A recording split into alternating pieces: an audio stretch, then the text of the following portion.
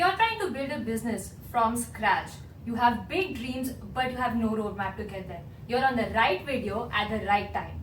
Welcome to the first series by Level Up Lab. This is called Bet on Yourself.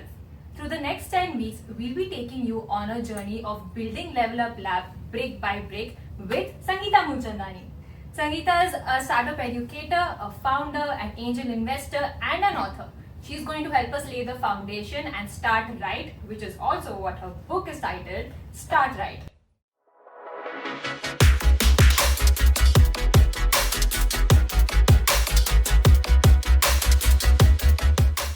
And I'll keep this very real. Sangeeta is actually my aunt. And in India, aunt is called Masi, so I'll be calling her Masi. So thank you, Masi, for doing this with us. You're welcome, Mallika. And in this episode, basically, I want to take a deep dive on your story. How did you build what you built? Where do you come from? What are your roots? And I know for a fact that your story is an inspiration for many entrepreneurs.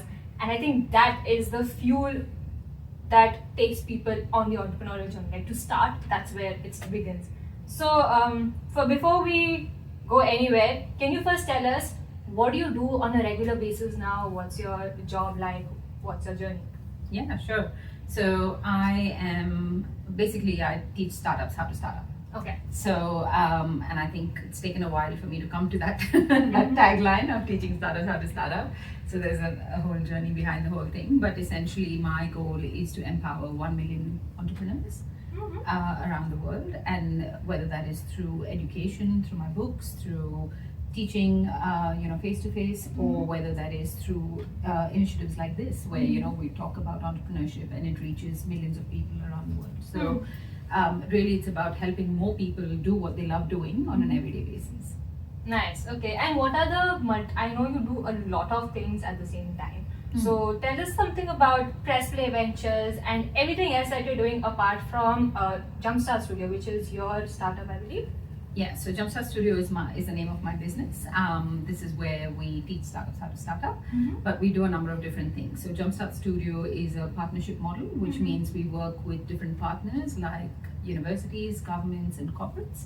And basically what we do is we design and deliver startup programs for them.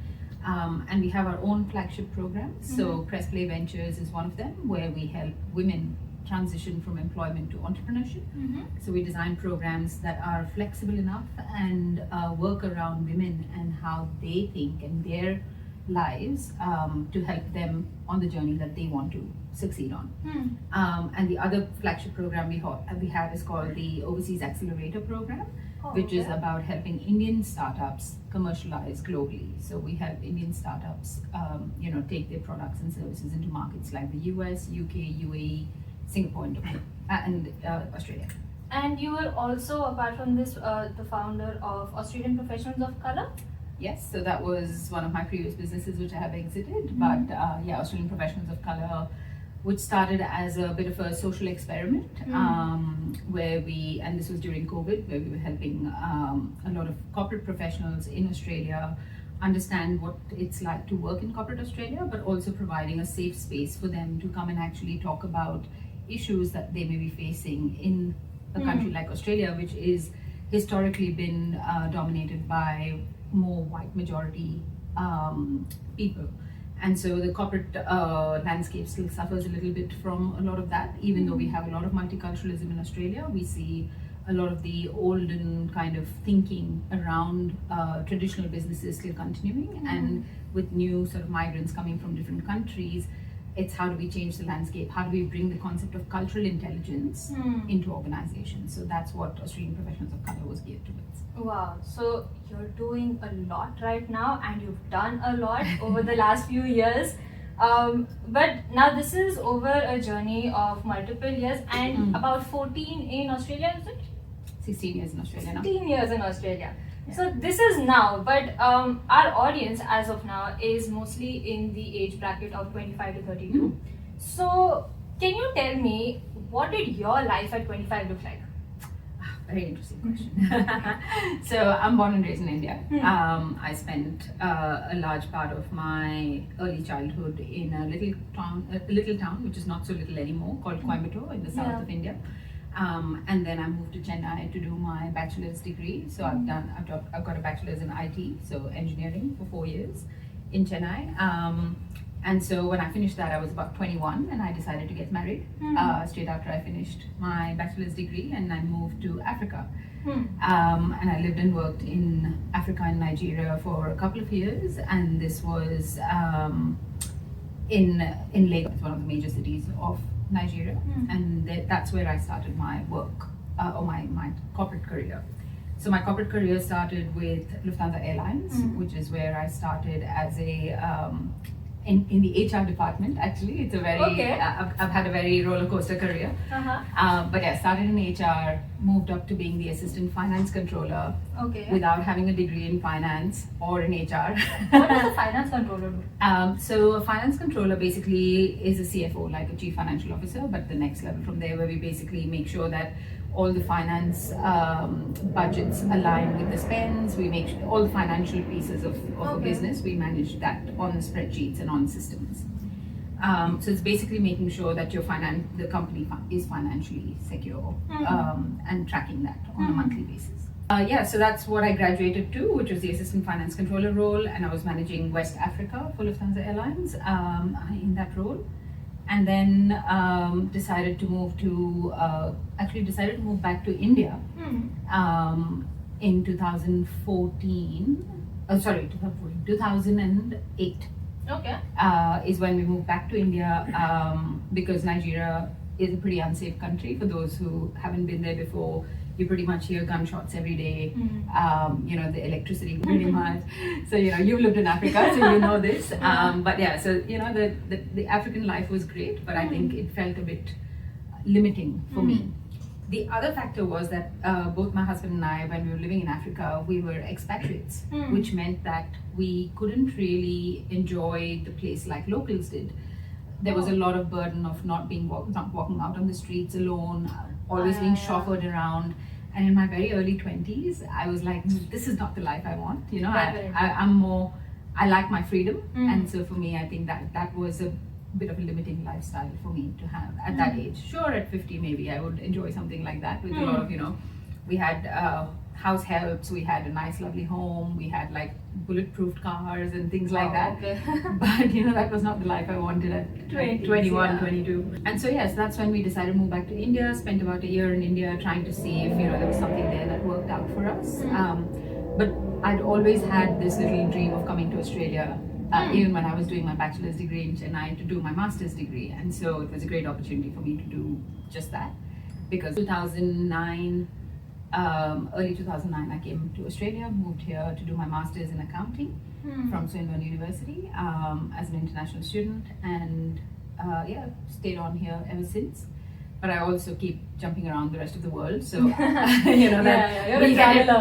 into that. But essentially, when you ask me what was I doing in my in that 25 to 32, it was pretty much that. So I'd just moved to Australia when I was 24. And doing my master's degree in accounting. I finished up when I was 25, so it's a 2-year degree. And then I started working for Ernst & Young here. So I was also doing part-time work during my study, but also then started working at Ernst & Young as a consultant. I did that for 10 months, but I think within like 3 or 4 months, I was like, nah, this big 4 consulting life is not for me. Like, you work tremendously crazy hours. And it's just, again, it was back to my values of, freedom and independence and things like that. It didn't really fit in well. And so I moved from EY to ANZ Bank, and I moved on a program called the Generalist Banker Program, which is a talent program where they were hiring for the next generation of CEOs for the bank. And so it was a 15-year sort of program that they had planned out, and basically the promise was you will get to being a country CEO within those 15 years. So yeah, that was pretty lucrative, and I think the most exciting part about that program was not really climbing the corporate ladder for me. It was more that the purpose of that program was to give people breadth across the bank and an opportunity to live and work in the 33 different countries that ANZ operated in. So we'd have the opportunity to move, and so global mobility was a piece of that So program. you traveled quite a bit then, is it? Not through that particular program, and we'll come to that. Okay. But essentially, yeah, so that I was on that program pretty much Okay. till I was 34, I think. Mhm. So yeah, so a majority of my life went in the corporates. Just living and working the corporate lifestyle, and of course, climbing the corporate ladder very fast. Learning a lot from being a corporate employee. Mm-hmm. So at 25, basically, you were more or less where we are. You had just graduated university, you were getting into your first job, and now that I just noticed that you have experience in almost every department of an organization. Like HR you did, finance you did, and even the ANZ job, it must have given you quite a bit of experience. 100%. That must have helped you in your startup or your building your own business, right? So now at 25, when you've done human resources, you've done finance, you're just getting started in a new country, you definitely did not know that one day you'll be a startup educator, one day you'll have a business of your own. So, and now that brings me to, it's completely okay to do, okay for that. Like, not knowing where you're heading is completely okay. But at 25, what is it that people should know to ensure they make it big in life? 25, the only thing you should know that you're going to make it big in life is stay curious and stay hungry. I would say that's the biggest thing you should follow. Like, really just follow your curiosity. Follow having experiences. I think far too many people nowadays are too focused on the money or building. Building wealth is a great thing. I think you should be focused on that. But I think I found people are interested in the materialistic things of buying branded clothes and branded things and showing them off and things like that. I think all that is great. I think there's a phase where you go through that. I certainly did. But you eventually, I think, coming to where I am today, I'm 40, and I think for me, the realization, or when I reflect back on my life, I think the biggest things that are the things that I reflect on and feel the most proud about and happy about is the adventures I've had, the experiences I've had, the people I've met, the relationships I've built. And for me, life is a journey. You see it all and you do it all. It's one life, one world. I want to see it all and I want to do it all. So for me, the fact that I've had a great corporate career, and now I'm doing entrepreneurship, I feel really blessed that I have the opportunity to experience all. You mentioned curiosity. It reminded me of something I read somewhere which said acting on your curiosity on a regular basis becomes creativity. That's basically what creativity is. It is. Yeah. So now you said that stay hungry and be driven. I've noticed that people who move countries, who move bases consciously, who've taken a decision to do that, they are more driven than people who choose to stay in their comfort zone. Do you think that's true, or do you think that's not? Because firstly, they don't just have big dreams, they've actually taken steps to act on their big dreams, and they've put themselves in discomfort on purpose.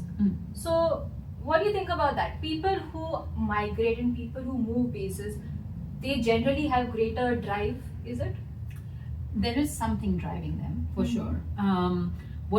So there's different types of people, right? One, those who are curious and hungry and keep challenging themselves over and over and over again. And I fall into that category. Like, I'm never satisfied with what I achieve. So for me, it's always like, okay, when I achieve what I set out to achieve, it's more like, okay, done. It's almost like a knowing, like I know I will achieve it.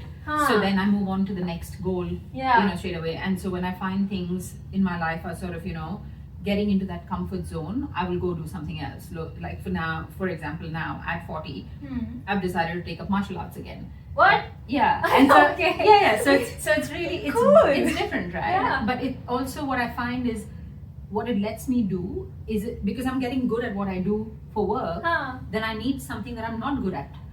Right? And that I can challenge myself on, and that I can fail at. Because when I'm failing, I'm frustrated, and I'm channeling that energy into getting better.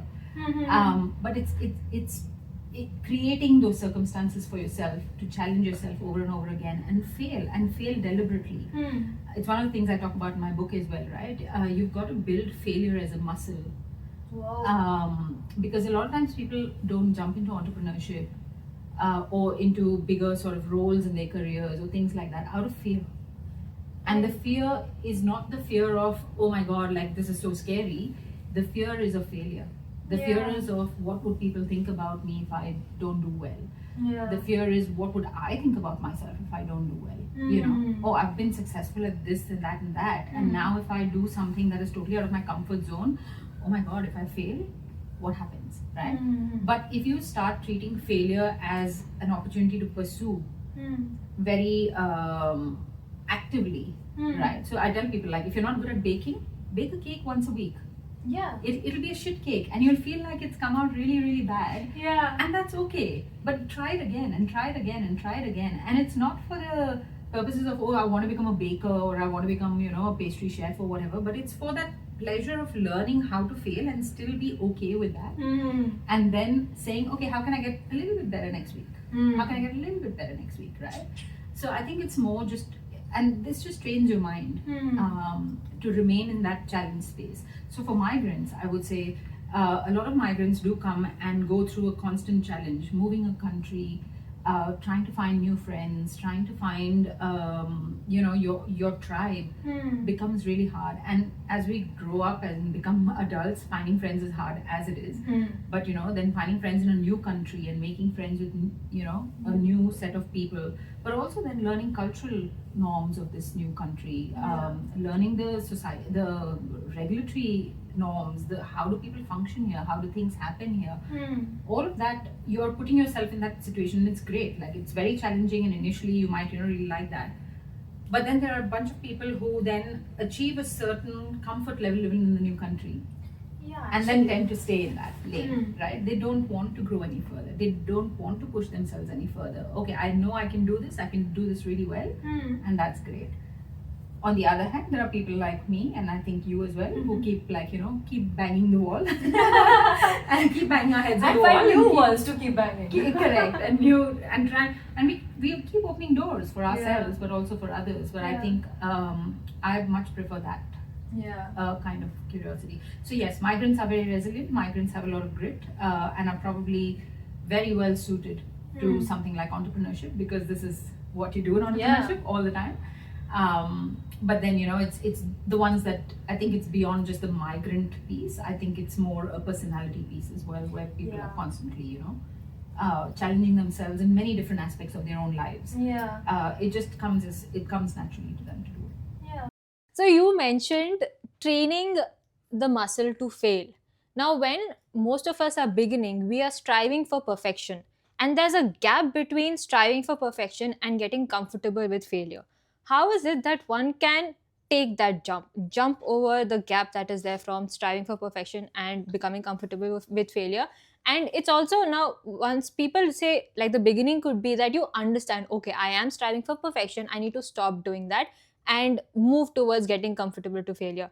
But even after one or two steps, people stop. It's very scary. So how is it that people can take that leap? You can't speak English, for example, really well. Your English is not perfect. Then you're perceived different ways, especially here in English-speaking countries, right?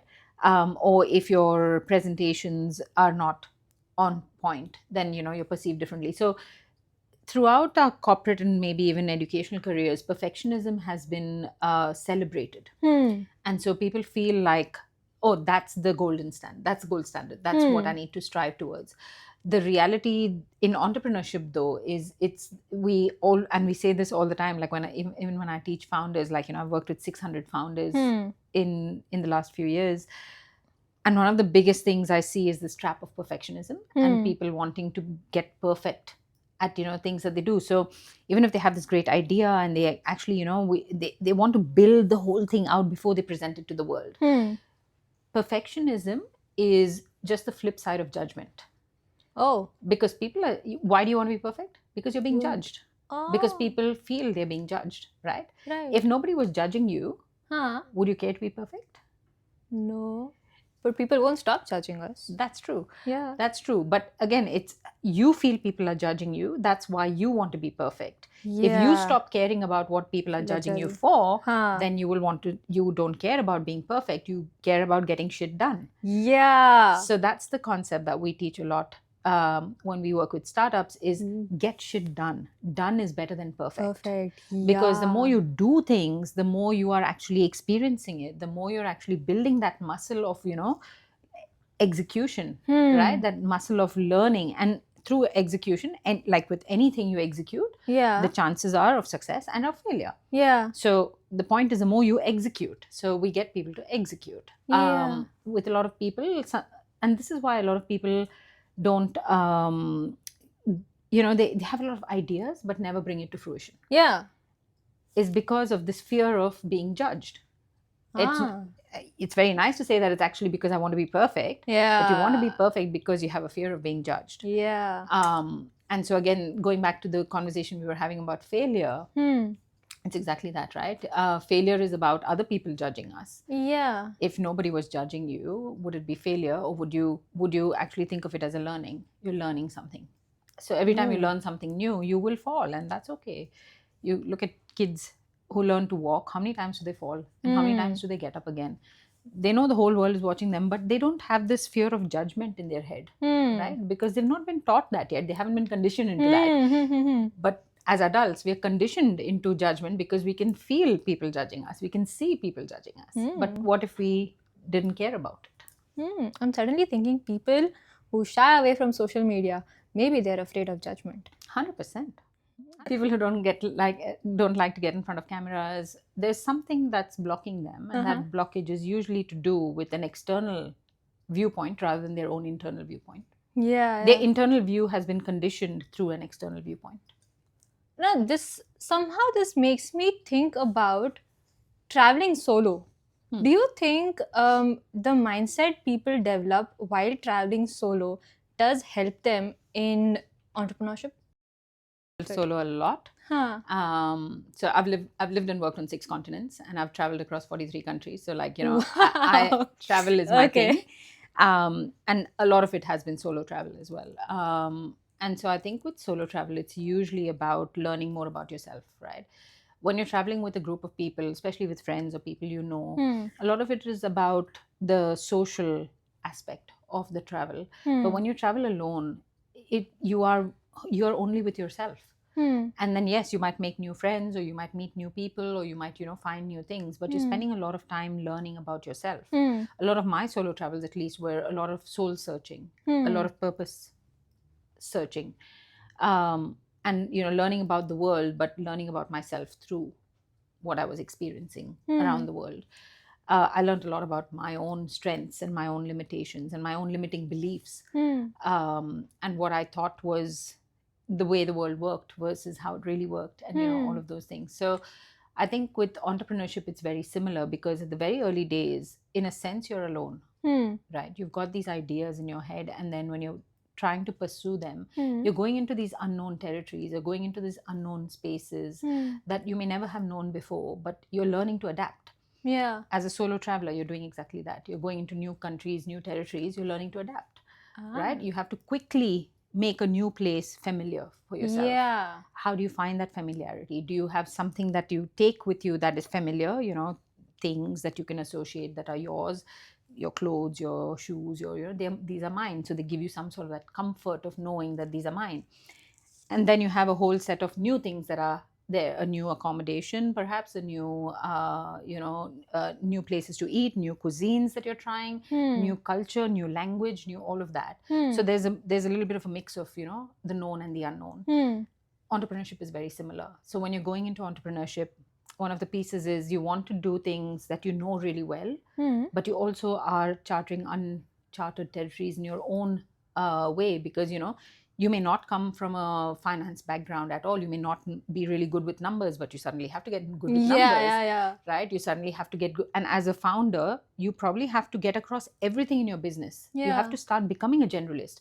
So for a long time, you may have been a specialist in your corporate careers, or in, whatever you've done. And then suddenly now you have to get your head across managing people, building teams, finding customers, finding investors, finding suppliers, getting to understand the market, getting to understand who's who in the zoo. So there's just a lot that goes on with entrepreneurship, which is a lot of unknown. But then there's a comfort of, but I'm building in an industry that I know. Yes. or I'm building from a skill set that I know. So especially people, I think, who work a little bit in corporate careers and then make the shift, there's a better sort of foundation because you've done some work before in knowing who you are, what you do well, certain skill sets you've built through the process. At least for me, that's true. But also what I see with a lot of entrepreneurs is fresh out of uni entrepreneurs versus a little bit of experienced, late 20s, early 30s kind of entrepreneurs. It's a very different mindset and Okay. mix. Which one is better? Do you recommend getting corporate experience before jumping in, or it's okay, people figure it out? I don't think there's a hard and fast, this is what you should do and this is what you shouldn't do. I think it depends a lot on what your aptitude is. And certainly with the newer generation of people, the Gen Zs and the Gen Alphas, I can see them being very entrepreneurial very early on, rather than, later in life. Yeah. Whereas, a good reason for this is also like our economies across the world were built for employment. Okay. In a way, right? So if you look at Australia's economy, it's largely built on the mortgage economy. Look at US, largely built on mortgage economy. What does a mortgage get you to do? Stay in jobs, because jobs have secure income, and secure income means you can make secure payments to the bank. And so you start getting into a bit of a cycle over there, right? So our economies were built in such a way. So if you look at the Industrial Revolution, the Industrial Revolution was exactly for this purpose, was because, people were building businesses. There were few entrepreneurs who were building industries, and then they were hiring people and giving them jobs. And so the economies then started optimizing for people with jobs, which meant that you could have banks could now issue mortgages and then keep people in that cycle. Okay, everything became like a monthly payment, a yearly payment thing, right? So it all stems from something or the other. And so now the wave that we're seeing a lot about entrepreneurship, especially with the Gen Zs and the Gen Alphas and people like who are really, Gen Alphas are really young, but even so, I feel like, as they start growing, I think entrepreneurship will be the default rather than the second option or the next after a corporate career option. It might start becoming the default option once you start sort of, coming into, you learned a new thing or you've learned things. We're seeing a lot of schools adopt entrepreneurship as a subject for their students. We're starting to see so there's a lot of momentum that is gathering around this being as an early career choice rather than doing a corporate career and then starting a business. And there's pros and cons on both. I think with the early career option, basically, you're hands-on, you're starting with the entrepreneurial mindset thing is set in quite early, right? But what they probably lack is execution, resilience, grit, having gone through hardships in other angles of their life, because if they're teenagers building businesses, like there's so much more of life that they haven't seen yet, which then can impact negatively if business building becomes really hard for them. So there's that, the life skills to supplement the entrepreneurial skills are still at a lower efficiency. But if you start flipping the script to people who are in their 30s and 40s who may have worked for 10, 15, 20 years in corporates first before they've started their businesses, the mindset piece is the biggest hurdle, because they're conditioned into an entrepreneurial, into a corporate mindset, an employee mindset. So switching out of the employee mindset into an entrepreneurial mindset is the challenge. That's the hurdle for them most times. And so to your point before around perfectionism versus trying something new, getting comfortable with failure, these are the people that have that challenge usually. The newer generation probably don't. They don't, they're happy to, because that's what they're used to starting off with.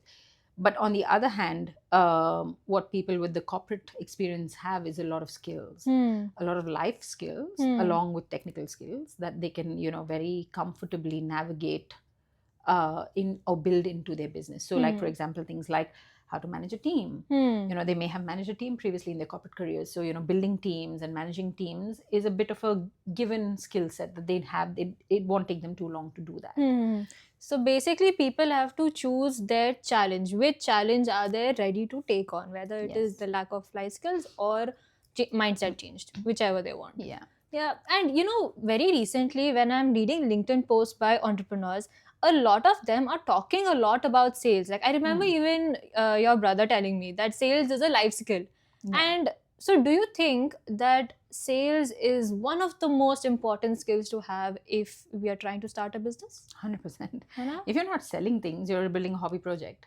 na? Right. Yeah, right. Okay. So if you're basically building things or creating things that you're not monetizing or commercializing or making or selling, in simple words, all of these mean the same thing, by the way. But if you're not selling the thing that you're making, it's a hobby project. Yeah, actually. Right? Anything, even if it's like you think of it as a business, but if there's no revenue coming into a business, it's a hobby project.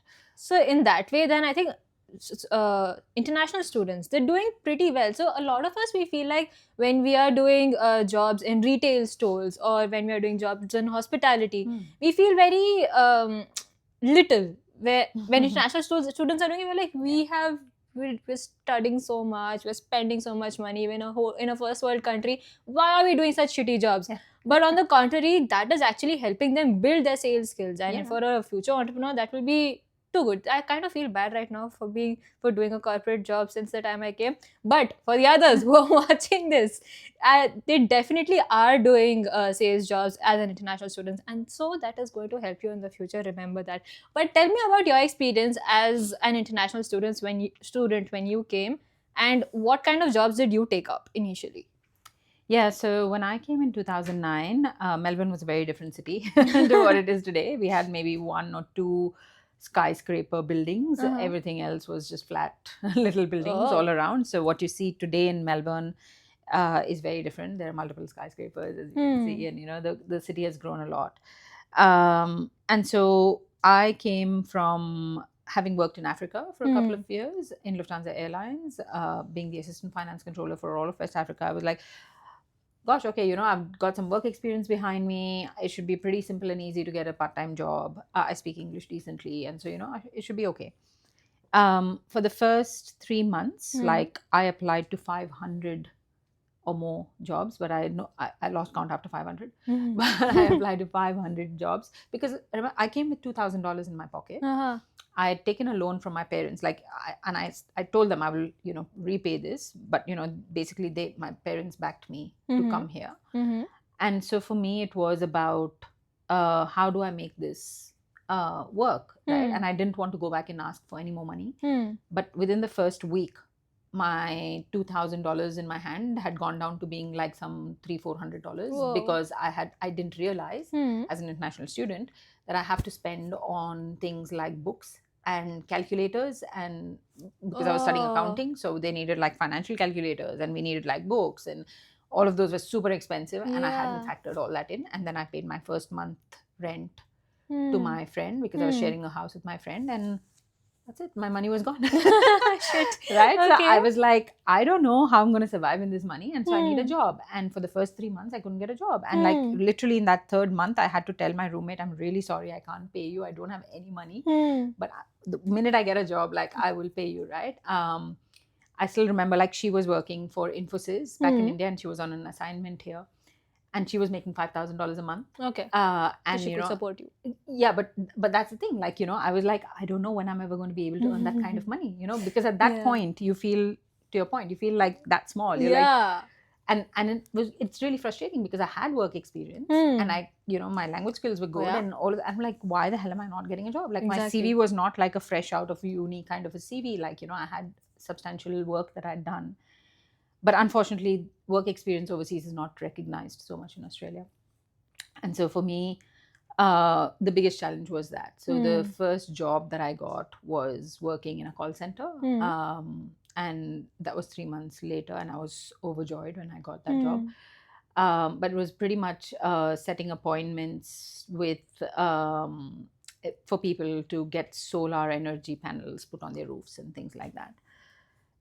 And I felt really bad because the kinds of people that I was speaking to were like, people in in regional Victoria, really old people who probably didn't even understand what I was trying to tell them. But my job was to hit numbers, and I was hitting numbers.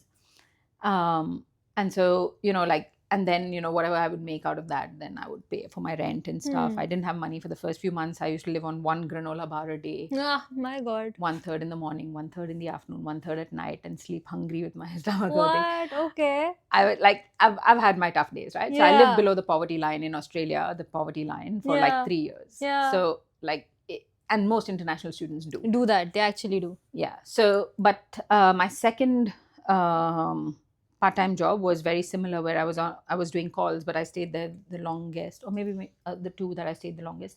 But they were both in energy companies, and basically it was again telesales, where I used to cold call 300 phone numbers every day.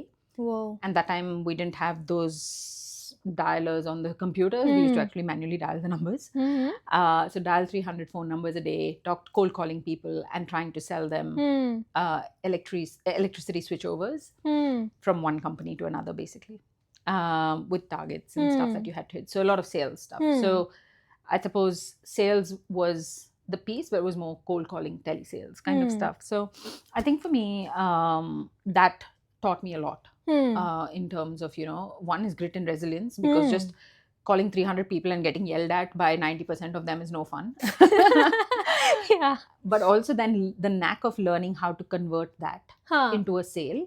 And eventually, I got to a point where I got really good at it, because then I was like sitting top of the leaderboards and stuff like that. So you get good at it, but this is the point. Like, you keep doing it. Yep. You keep failing every day, but you go back and do it every day. Bloody show up. That is the biggest part. Show up and keep doing it till you win at it. Because, if someone else can do it, you can do it. Definitely. Oh, yeah. Yes. Right? Yes. So why can they do it and I can't do it? I can do it too. Yeah. And so, you go for it. And especially to the point of stay hungry, right? Yeah. I was literally hungry. So not eating food is like, literal hunger. So I was like, I don't have a choice. I have to make a sale. Yeah. Oh, yes. Okay. That's how it does. Yeah. And the fact that, I always thought of this. This reminds me, you saying that other people have done it, so can you, reminds me that in Africa, we had this joyride, it was called Didi's World, and there were all these roller coaster rides there and boats and stuff. And my parents used to tell me that, okay, now your turn, go. And it was scary, like going on a roller coaster ride at the age of 5 by myself was very scary. But that's how my brain used to function. Like, there are 10 other people on that. If they won't die, I won't die. If they can do it, I can do it. And that's how I would jump onto those rides. So that's very true. And basically, it's all about mindset. So I think due to lack of time, we'll have to wrap up here today. But this conversation is definitely going into the second one next week. And so if you enjoyed this conversation, tune in again next week. We are going to build Develop Lab from scratch. It's not just conversations. It's not just concepts. We are also going to do exercises and show you the work. So join us on the journey. See you next week.